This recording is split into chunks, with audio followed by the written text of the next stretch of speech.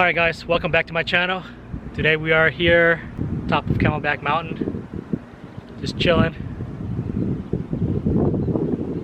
There's a Supra.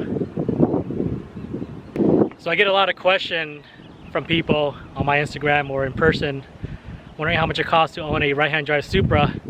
So I'm going to give you guys 5 things to look out for when owning a Supra. So if you guys want to see what it is, stay tuned.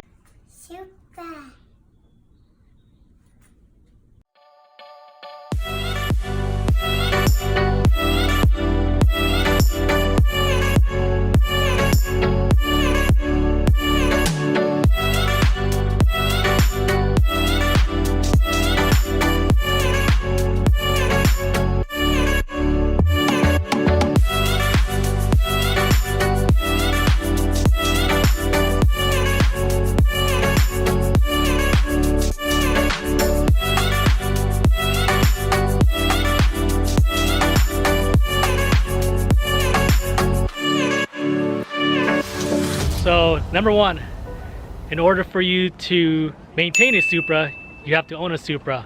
So let's look at the cost of the Supra. Depending on a right-hand drive, if you're looking for a 6-speed twin turbo or an NA 5-speed, it could range between around $40K to $70K depending on the car itself. So if you're planning to get a loan out for your car, expect a monthly payment around $300, I would say $400 to $800 a month, depending on how much your car is worth and condition wise, what year and what trim. So that's number one.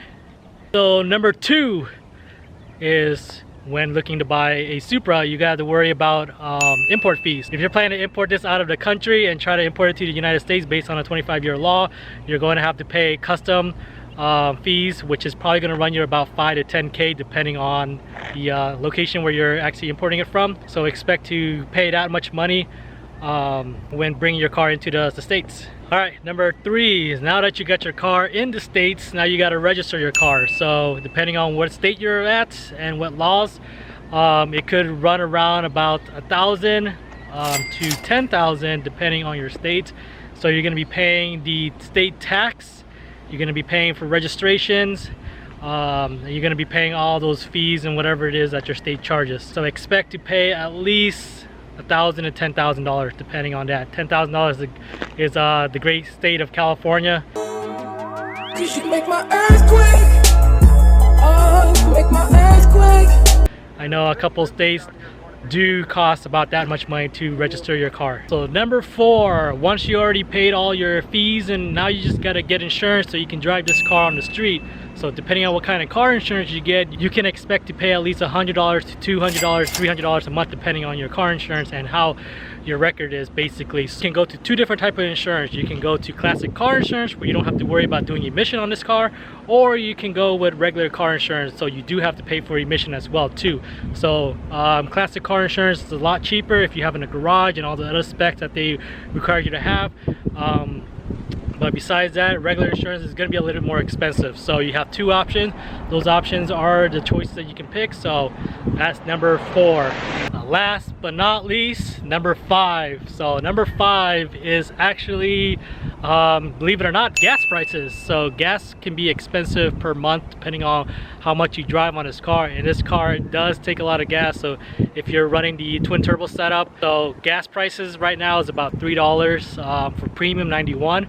So depending on how much you're going to gas up, you're going to be expecting to pay at least $100 a month depending on how much you drive and so on. So those are that is number 5.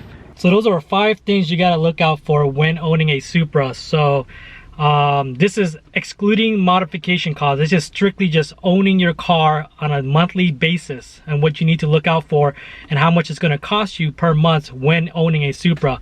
So if you guys do like this video and you guys want to see more of this, make sure you subscribe, like this, and give me a comment below on what else you want to see and what other option that you guys think will need to be considered when owning a Supra.